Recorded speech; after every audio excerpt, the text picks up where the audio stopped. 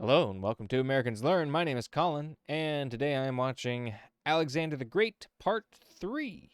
And this is from Epic History TV, and it's Part 3 of 4. So if you watched the other two, go back and watch those, and then come back here, because that's how that works typically. So yeah, I think last time Alexander was encroaching on the Persian Empire, the Persian king, emperor. Forget what his title was. Tried to make him an offer, even like selling. I think like he wanted to sell him one of his daughters or something like that. Anyway, but Alexander refused, because he didn't want to make any kind of deal. He just wanted to take it all for himself. That's why they called him the Great, because he just needed everything. I guess I don't know. But anywho, yeah, I think that's enough of an introduction. Be sure to like, share, and subscribe, why don't you? And I'll bring up the share screen, or full screen, and share screen. There we go. Let's dive right in.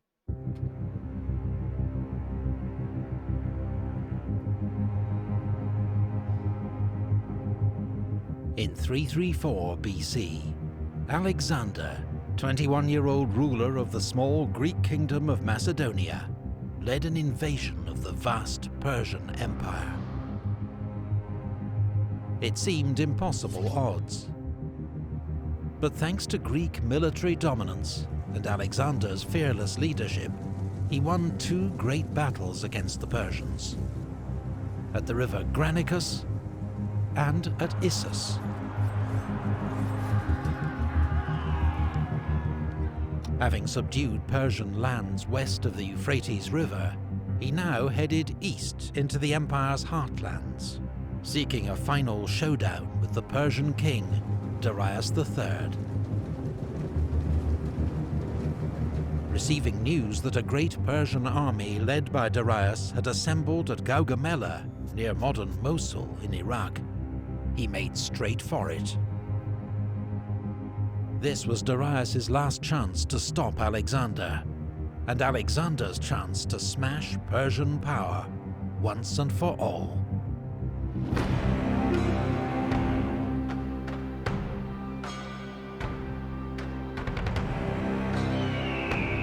Darius had chosen to fight on open ground, where his advantage in numbers would be more telling. His soldiers had also worked hard to clear and flatten the terrain, to make it suitable for Persian war chariots.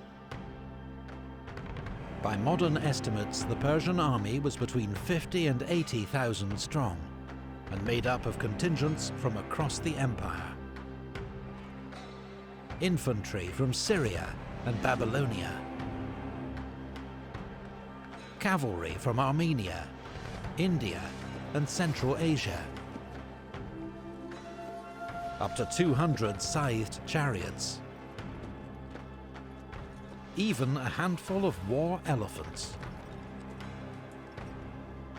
Alexander's army was smaller, and may have been outnumbered by as much as 2 to 1. He deployed his units in their usual formation. On the left flank, Thracian and Thessalian cavalry, commanded by Parmenion. In the centre, the Macedonian veterans of the phalanx, each armed with their 18-foot sarissa pike. On the right flank, Alexander with his elite cavalry, the companions, and his best infantry, the hypaspists. These were the units with which Alexander planned to launch his main attack. Greek hoplites formed a second line and supported both wings, which were angled back to guard against encirclement by the Persians.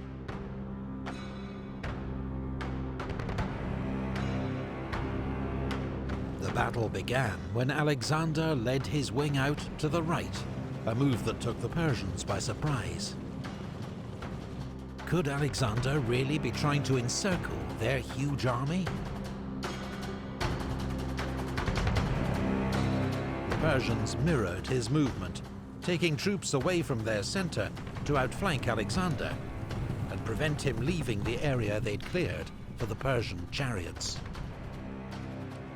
But Alexander's unusual maneuver was a trap to entice the Persians to weaken their centre. When he saw that it had worked, he ordered his Greek cavalry to charge, to keep the Persians fixed in position. A giant cavalry battle developed on the right wing. Darius, meanwhile, judging this to be the decisive moment, unleashed his chariots.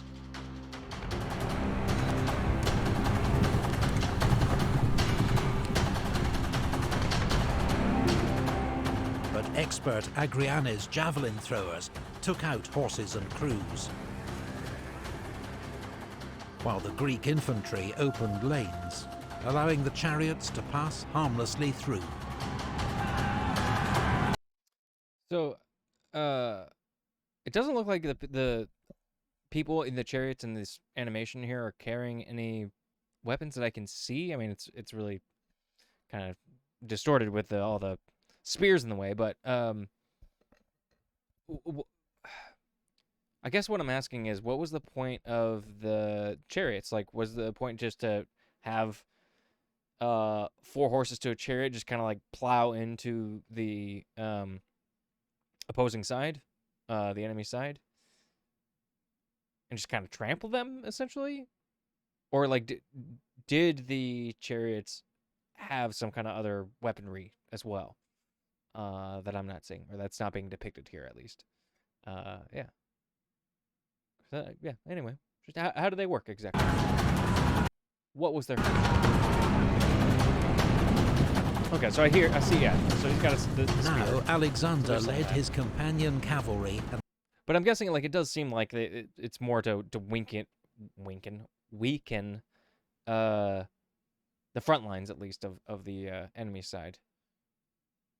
Because with that many, like, chariots, and there's 4 horses to a chariot, like, that, it's a lot of power. You can kind of take out at least a few rows of people. Parts of the Macedonian phalanx in a headlong charge, straight at the weakened I mean, unless they had really long center, spears like that. fighting his way towards Darius himself. The sudden ferocity of Alexander's assault threw the Persians into panic. The center of the army broke and ran, King Darius himself leading the rout.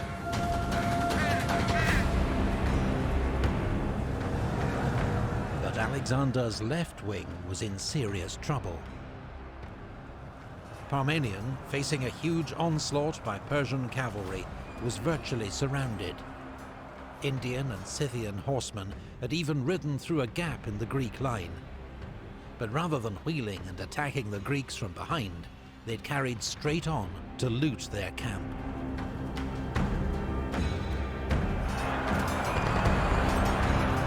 Parmenion sent a desperate appeal to Alexander for help.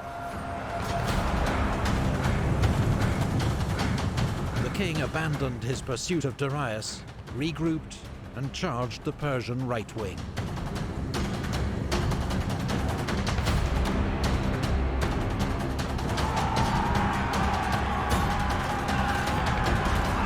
It was the hardest and bloodiest fighting of the battle, claiming the lives of 60 of Alexander's companions.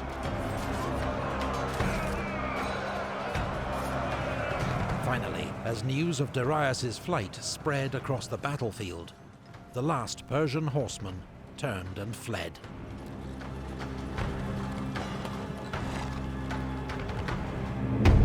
The Battle of Gaugamela was a stunning and complete victory for Alexander. According to ancient sources, he lost just a few hundred men, while the Persians lost thousands.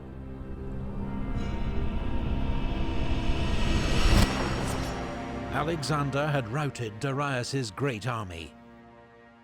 And now the road to Babylon, the empire's main capital, lay open. The Macedonian king entered the great city in triumph, recognized by Persian officials as its new rightful ruler. So too at the city of Susa, where Alexander ceremonially took his seat upon the royal throne of Persia. In the Zagros Mountains, at a pass known as the Persian Gates, a courageous Persian force held up Alexander's army for a month. The Greeks eventually found a mountain path that bypassed their position, allowing them to encircle and wipe out the defenders. In early 330 BC, Alexander reached Persepolis, the empire's ceremonial capital. Alexander wanted to appear as a liberator to the Persians, as a legitimate successor to King Darius. But now he ordered Persepolis to be pillaged and burnt. Retribution for the Persian invasion of Greece and the burning of Athens' sacred temples in Wait, hang on a second. So wait. To appear as a liberator. BC, Alexander reached Persepolis, the empire's ceremonial capital. Alexander wanted to appear as a liberator to the Persians, as a legitimate successor to King Darius. Okay. But now he ordered Persepolis to be pillaged and burnt. What? Huh? Are they talking about the same event? Like, the same time that he went to Persepolis, he both wanted to seem as, like, a liberator, and then also ordered it to be pillaged and burned as retribution for an attack on Greece? Huh. Am I understanding that correctly? Is that what's going on here? Retribution for the Persian invasion of Greece and the burning of Athens' sacred temples in 480 BC. Like, both make sense, but separately. Like, I don't know how you can have both at the same time. So which is it? Alexander now headed north into Media, where Darius had taken refuge in the royal city of Ecbatana. Alexander was determined to capture Darius, but the fugitive king fled east, in the hope of raising a new army in the provinces of Parthia, Bactria, and Sogdia. It was not to be. As Alexander closed in, the Persian king was murdered by one of his own governors, Bessus, who then proclaimed himself the empire's new ruler. Alexander gave orders for Darius to be buried in the royal tombs of Persepolis, alongside his ancestors. Then he paused to organize his vast new empire. Alexander appointed viceroys to rule the provinces on his behalf, keeping several Persians who had sworn loyalty in their posts. Then he resumed his march east, his goal to find and kill the usurper Bessus, subjugate the empire's eastern provinces, and reach the far edge of the world.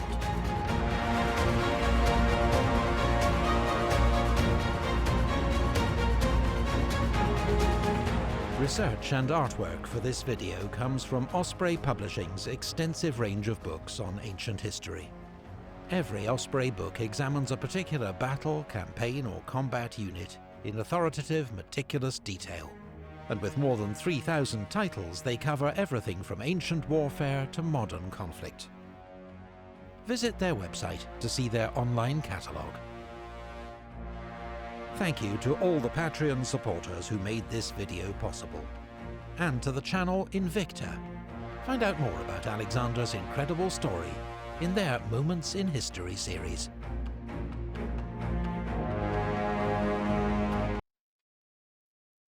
Alrighty there. So that was part 3. Okay, so he's taken control of the Persian Empire and now moving further east, I guess. Be sure to like, share, and subscribe if you want to continue following along on this journey with me. Yeah. I'm still lost in that whole Persepolis thing. Like, did he really think that pillaging and burning the town down, like exacting retribution, was a good way to represent himself as a liberator? I'm very confused. Like, was that his initial intent? But then, like, once he got there, he just was filled with rage and decided, you know, maybe we use this as a time to get revenge on the attack on Greece. So, cause that yeah doesn't make sense to me.